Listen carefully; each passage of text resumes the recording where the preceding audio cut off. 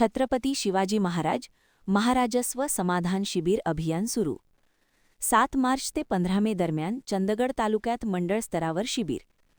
महाराष्ट्र शासनाच्या महत्त्वाकांक्षी उपक्रमांतर्गत छत्रपती शिवाजी महाराज महाराजस्व समाधान शिबिर अभियान टप्पा 1 राज्यभर राबविण्यात येणार आहे.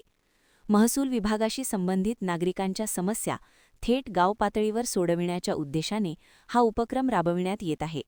या अभियानाच्या प्रभावी अंमलबजावणीसाठी जिल्हाधिकारी अमोल येडगे यांच्या अध्यक्षतेखाली जिल्हाधिकारी कार्यालय कोल्हापूर येथे सर्व प्रांताधिकारी व तहसीलदारांची आढावा बैठक पार पडली.